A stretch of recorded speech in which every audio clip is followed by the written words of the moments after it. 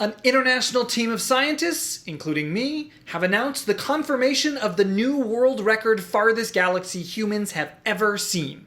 This galaxy, given the name JADES-GS-z14-0, is at a redshift of 14.32 and was found in a deep region of the sky in the southern hemisphere, in the constellation of Fornax, and that's just south of the Hubble Ultra Deep Field, in an area of the sky known as the JADES Origins Field. While it was actually discovered using JWST last year, these new observations confirm its distance, breaking the all-time distance record set in late 2022 by the same international team of scientists, also including me, of the galaxy JADES-GS-z14-0, which is at a redshift of 13.2. I'd like to describe what makes this discovery and confirmation so exciting and give you insight into what it means to find galaxies so far away. My name is Kevin Hainline. I'm an astronomy professor and a member of the science team for the primary imager on board JWST, which is called NIRCam. I'm also a member of the JWST Advanced Deep Extragalactic Survey, or JADES team, and I spent a lot of time thinking about how to find and understand very far away galaxies. I also spent a lot of time thinking about how to communicate the excitement of finding and understanding very far away galaxies. Before I begin, full disclosure. This video discusses research done by the JADES team, of which I am a member. The JADES team is one of many different groups of scientists all around the world using JWST to understand the early universe. Also, while the source's initial discovery is in a refereed accepted paper from earlier this year, the two papers that detail the confirmation have only been submitted, but not refereed. I wouldn't make this video if we weren't pretty confident in the redshift of the source, but the final refereed version of the paper may differ in some of the interpretations of the results. So just making sure to be transparent right off the bat. I wanted to make this video to give you an inside look at how actual scientists understand complicated cutting-edge science. But I secretly wanted to write this video to talk to you about how you can look at complicated cutting-edge science with healthy skepticism. And I wanted to write this video to talk to you about how amazing it is to be alive in 2024 when scientists are seeing galaxies from almost the dawn of time itself. Let's start with what the discovery of JADES-GS-z14-0 actually is. Chapter 1. JADES-GS-z14-0. The JADES team released a series of papers this week on the archive discussing what is, as of the writing and filming of this video, the farthest galaxy humans have ever seen. JADES-GS-z14-0. I'm going to say that word like 1,000 times, I'm sorry. As I said before, the galaxy is at a redshift of 14.32. Redshift, if you're unaware, is a number astronomers use to discuss the distances to galaxies. If this source were still floating around in space, which it likely isn't, at least in the way we see it now, it'd be 33.9 billion light years away. This number sounds very impressive, but when it comes to galaxies this far away, the better way to think about them is that the light we're seeing from JADES-GS-z14-0 has traveled 13,430 million years to reach us. We're seeing JADES-GS-z14-0 when the universe was only 290 million years old. These papers describe the confirmation of the distance of the galaxy from follow-up spectroscopic observations, as well as what we've learned about it from longer wavelength observations with JWST. The galaxy was first found last year, but at the time of its discovery, it was a candidate distant galaxy. I'll also explain what that means later. The confirmation of JADES-GS-z14-0 is important because it gives us insight into how galaxies, structure, and complexity formed in the early universe.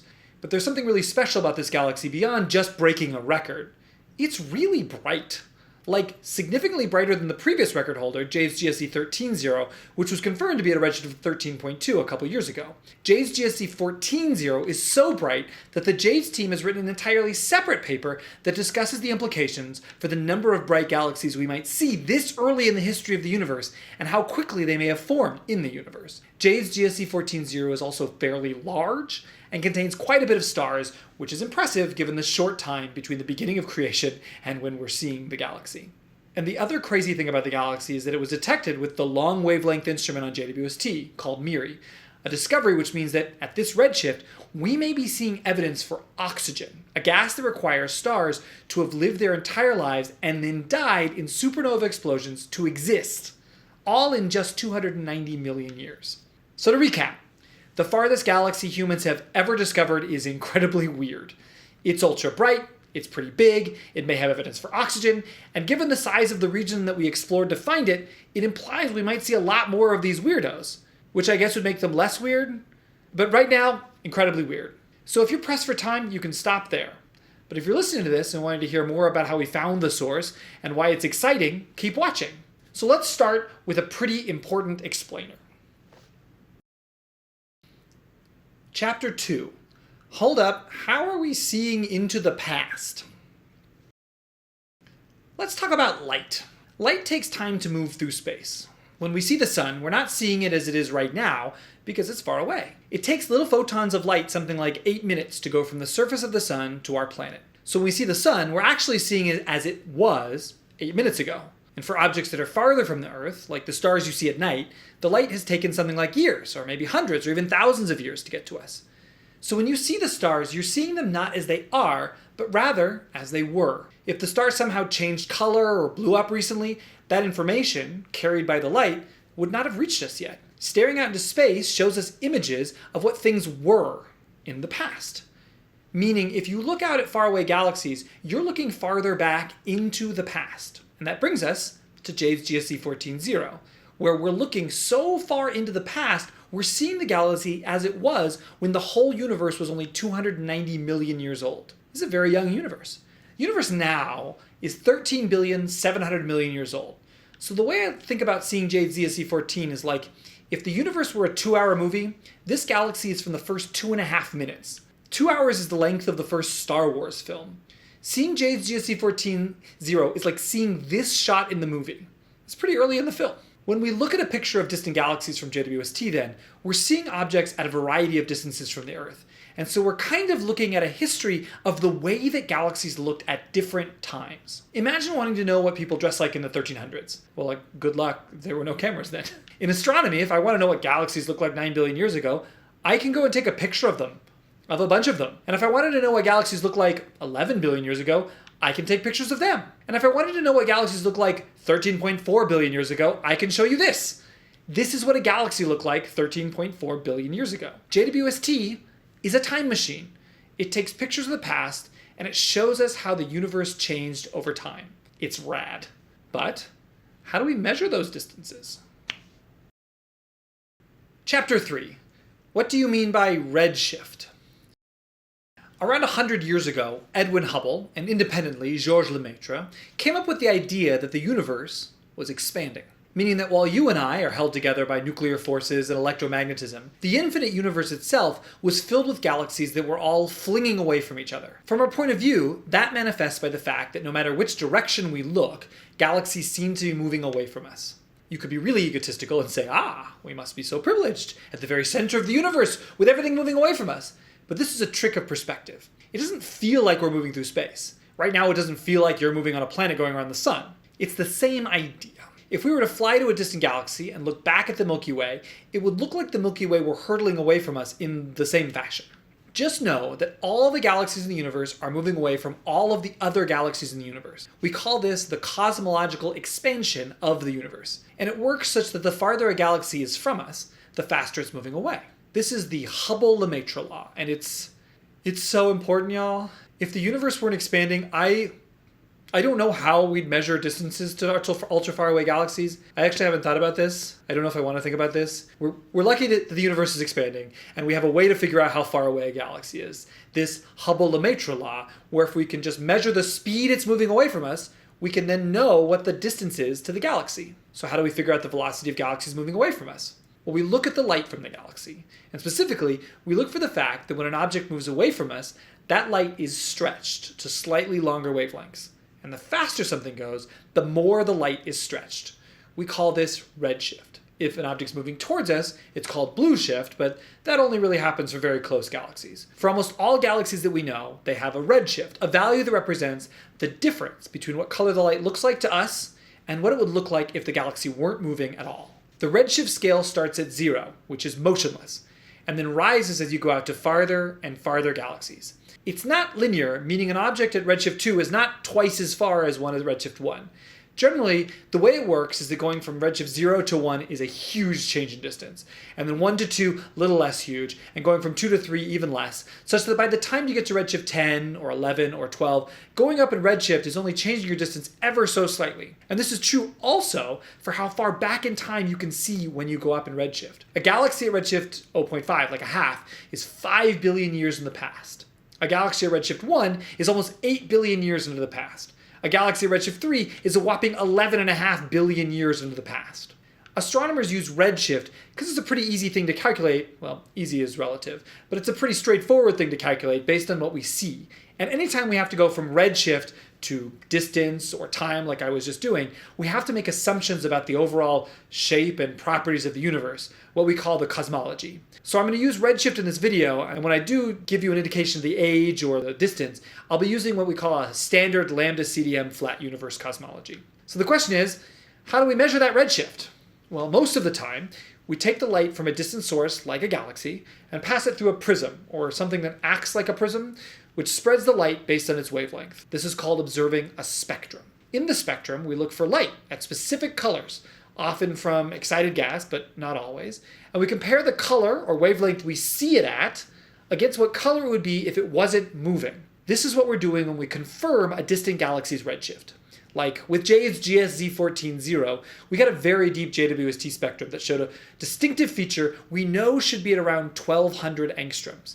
But instead, it's been redshifted, stretched to longer wavelengths because the galaxy's screaming away from us, to 18,000 angstroms.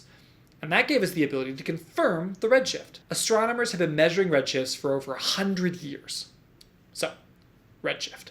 It's a number that represents how fast the galaxy is moving away from us, which tells us the distance, and also, with some math and assumptions about the universe, how long ago we're looking when we see the galaxy. A redshift of 0 is the Milky Way, and JADES-GS-z14-0 has the highest redshift we've ever confirmed for a galaxy, a redshift of 14.32. So now, let's talk about how this object was originally found. Let's talk about why, up until we got a spectrum for it, the source was just a candidate high redshift galaxy. Chapter 4, Photometric Redshifts.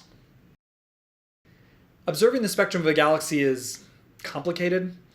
It's hard to set up, and if your object is really faint, well then because you're smearing the light out through a prism, it becomes even more faint. If you want to take a spectrum of a galaxy to find its redshift, you have to either hope that the object is compact or bright, or both, and by bright, I mostly mean you need to hope that there are features that you can observe in the spectrum that you can use to find the redshift.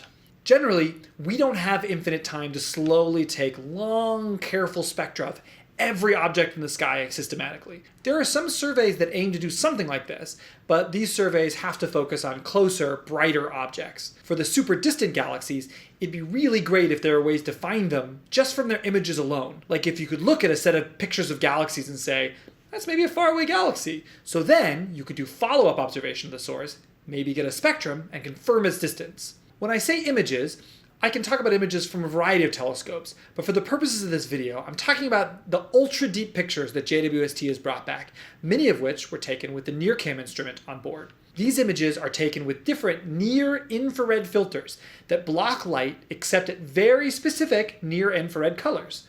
When the public sees these pictures, generally, someone has taken all of the images in the individual filters and combined them to make a color image. It'd be really great to look at those images individually in the filters and identify potentially faraway galaxies just from their colors. Well, it turns out there is in fact a way of doing this, and it utilizes the idea that images taken with all of those different filters can act like a very, very rough spectrum. If there are bright, bright features in a galaxy's observed spectrum, you can kind of find them with images alone, providing you've used the right filters. One of the most common ways that high redshift galaxies have been identified starting in like the 90s relies on the fact that these galaxies tend to be making a lot of stars. And when you make a lot of stars, you make a lot of massive stars, which produce a lot of ultraviolet light. At the same time, these galaxies are also surrounded by a lot of hydrogen gas, because all galaxies are surrounded by hydrogen gas. Neutral hydrogen is just one proton surrounded by one electron. So most of the light that the galaxy releases into space will just pass right by all the hydrogen around the galaxy. But if the light has very specific energies or very specific colors, kind of means the same thing, it'll hit the electron in the hydrogen atom and cause the electron to move to a different orbit, orbiting around the hydrogen. More energetic light, again at certain energies, will cause the electron to move to even higher energy levels. If the light's energetic enough, say if it's a really energetic ultraviolet photon, it'll hit the electron around the hydrogen atom and actually knock it off of the atom entirely. The electron will absorb the photon and just fly away from the atom itself. No more photon. It's just been turned into the kinetic energy of a rapidly moving electron. And if the energy of the photon's even higher, at even shorter wavelengths of ultraviolet light, then that photon, if it hits a hydrogen atom, it'll knock the electron off, and the electron will zoom off at an even faster speed. It's a little complicated, but what we're saying is that galaxies are surrounded by kind of like a filter of hydrogen that absorbs super energetic ultraviolet light. Meaning if you look at the galaxy, it'll appear really faint in pictures taken with a camera sensitive to the extreme ultraviolet. Since all the light is not coming to you, it's being absorbed by electrons that are rapidly flying away from hydrogen atoms. Neutral hydrogen, as I said, is omnipresent in the universe, and it blocks the extreme ultraviolet light from leaving young galaxies. This blocking or filter, it has a fancy name. It's called the Lyman break. And we can find galaxies by looking for the Lyman break just in pictures of galaxies. We call the galaxies found this way, naturally, Lyman break galaxies. Let's imagine a galaxy at a redshift of 2.5. This means that the galaxy is part of the expansion of the universe, and the light it released is shifted in the red because it's moving away from us. The Lyman break is generally around 1200 angstroms, but at a redshift of 2.5, it's been pushed to longer wavelengths. So now the break comes to us at 4200 angstroms. If you stuck a filter on your telescope, like a U-band filter, which probes shorter wavelengths, 3700 angstroms, and took a picture of this galaxy, you wouldn't see it because the hydrogen around the galaxy blocked all of the light. But if you used a longer wavelength filter, like a G-band filter, and took a picture of the galaxy, G-band probes 4640 angstroms, the galaxy would appear in that image, meaning you could hypothetically just take 2 deep images of a bunch of galaxies, one in the U filter and one in the G filter, and then look for all the galaxies that don't appear in U but do appear in G. And then you'd have selected a sample of Lyman break galaxy candidates at around a redshift of 2.5. The objects that you would have found would be called U dropouts because they drop out of the U band. And if you wanted to find galaxies at higher redshifts, remember the Lyman break gets more and more redshifted as you go to farther galaxies. Eventually, the galaxies would be at a redshift where you wouldn't even see them in the G band. They'd be G dropouts, and eventually R dropouts, and on and on and on. And this Lyman break generally means there's no light at shorter wavelengths than the Lyman break. Side note, I said generally because there are Lyman continuum leakers and other objects, and I don't want to get into it right now, so please don't at me. So if you were looking for G dropouts like we just said, we also wouldn't see them in the U band. This is the way that distant galaxies have been found since the mid-90s, when this technique was shown to successfully work by folks like Chuck Seidel, Mauro Giavalisco, and many, many others.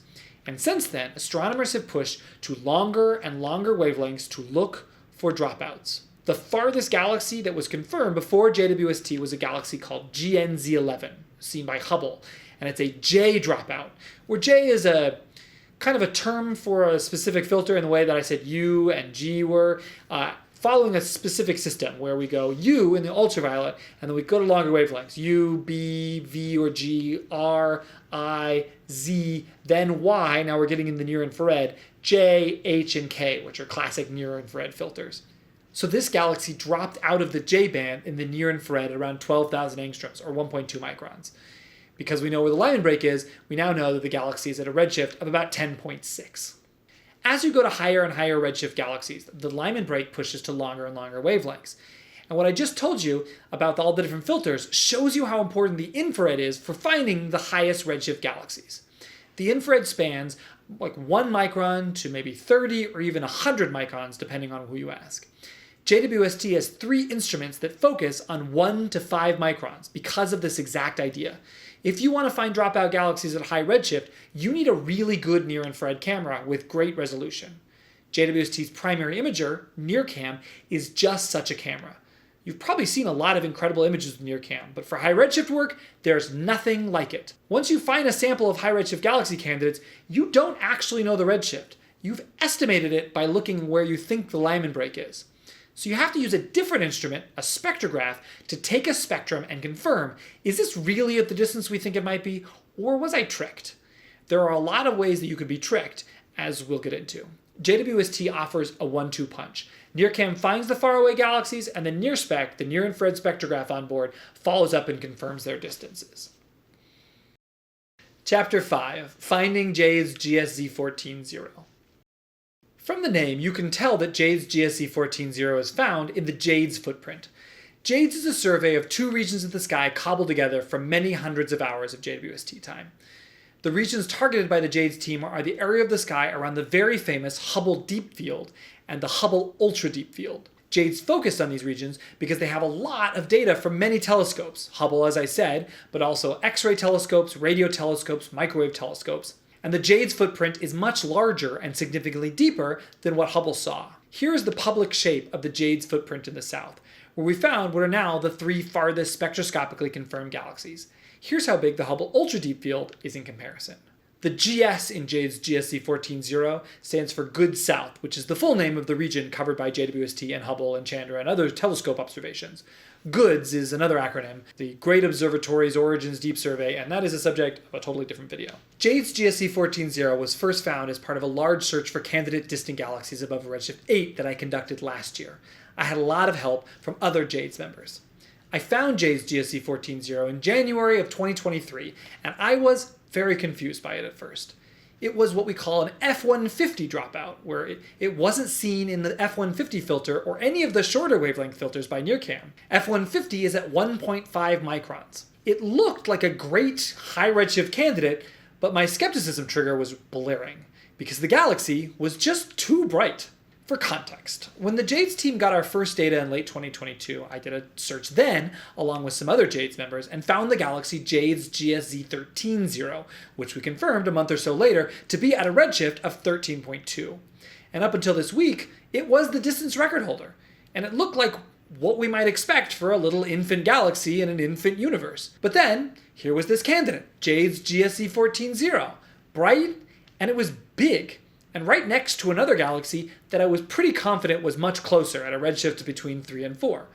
And my instinct was to say that the more nearby galaxy, which we call 183349 because that's its ID in the catalog, was probably a part of JADES-GS-z14-0, just one big, weird, maybe dusty galaxy at a redshift of like 4. So I collected all of these distant galaxy candidates in my high redshift sample for a paper I wrote, and I did include JADES-GS-z14-0, but it was in my section on visually rejected candidates.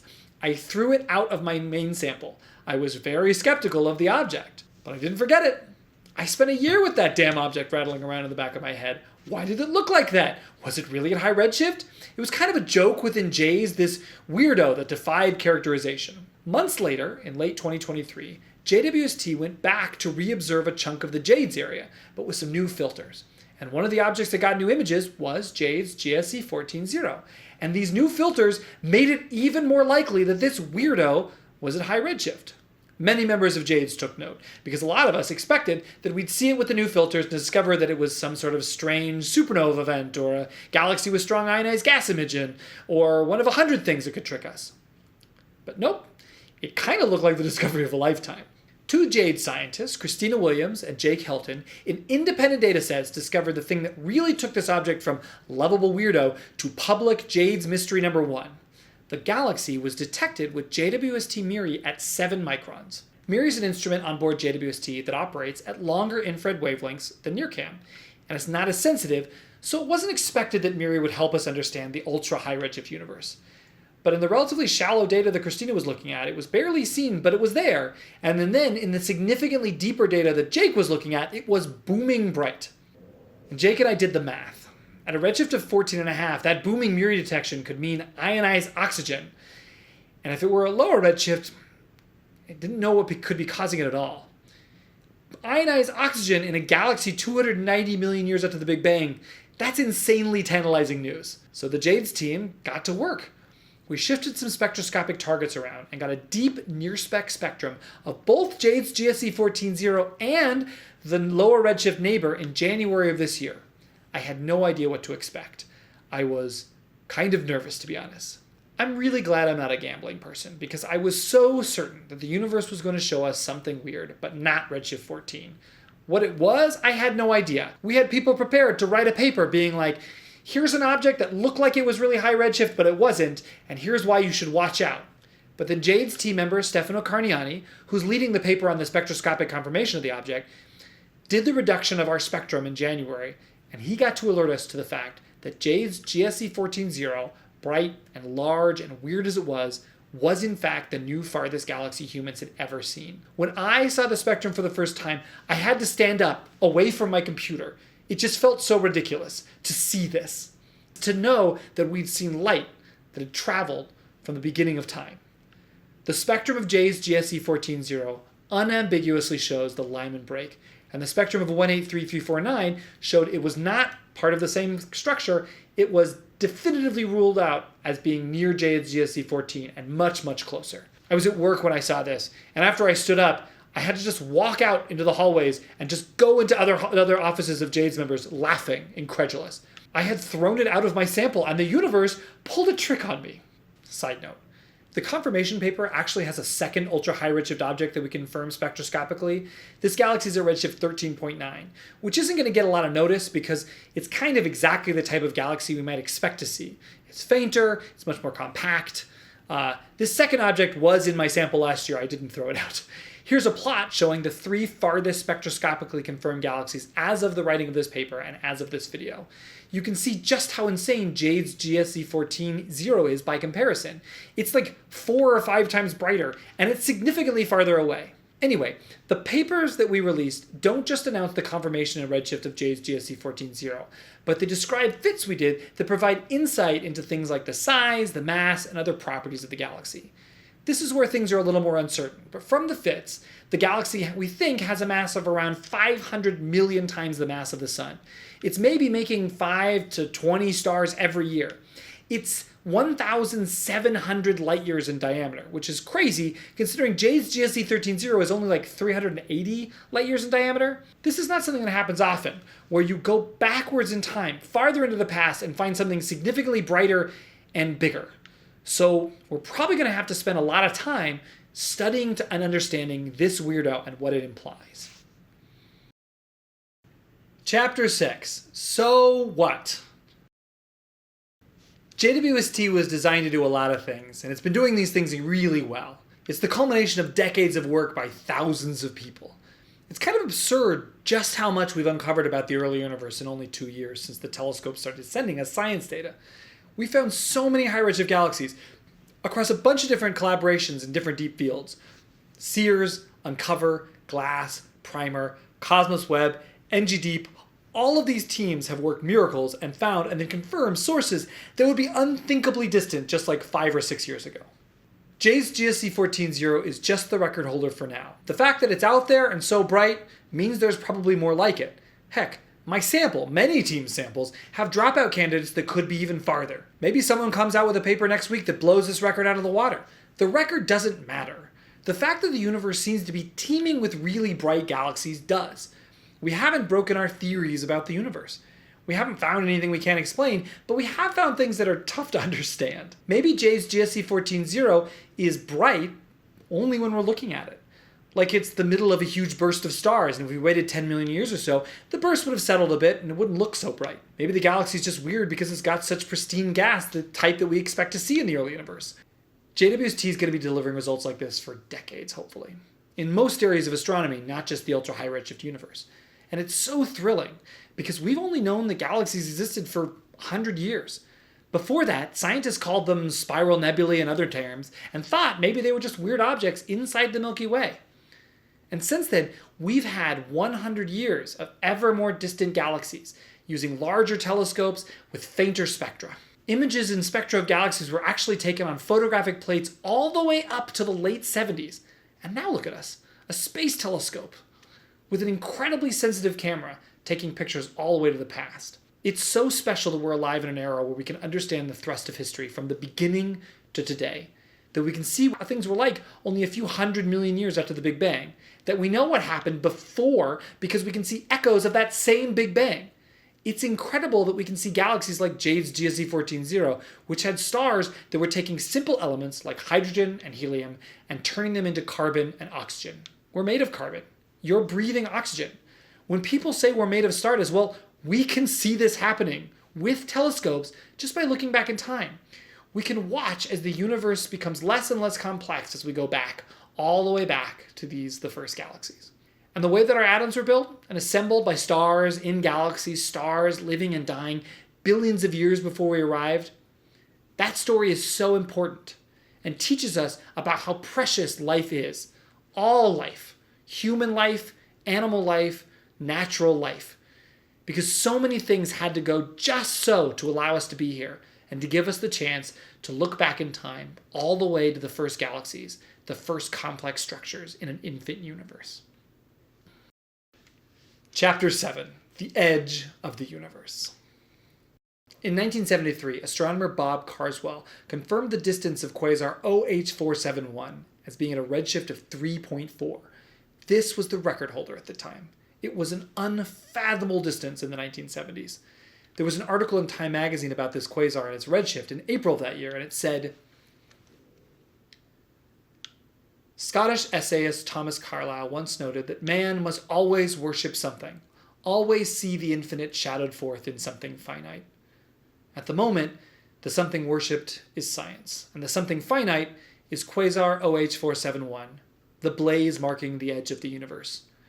But before the poetic notion of infinity is crushed between the calipers of science, it is best to remember that quasars were discovered only a decade ago. More probably what astronomers are really viewing is precisely what they've always viewed, the edge of their own vision. The blaze marking the edge of the universe? It's like the coolest thing I've ever heard. JADES-GS-z14-0 is the latest in a series of blazes that marked the edge of the universe. We'll find something farther, probably a bunch of them. And this video will seem silly. Look at this astronomer getting so excited about finding something at redshift 14. But right now, it's pretty incredible to think about the last 100 years and to think about how much has happened, how much technology and science were developed, and how much raw human effort internationally has led to us living in a time when light that's traveled for 13,400,000,000 years can be captured by us. Here's to the next blaze marking the edge of the universe. Here's to just going a little bit beyond our own vision. Thanks for watching.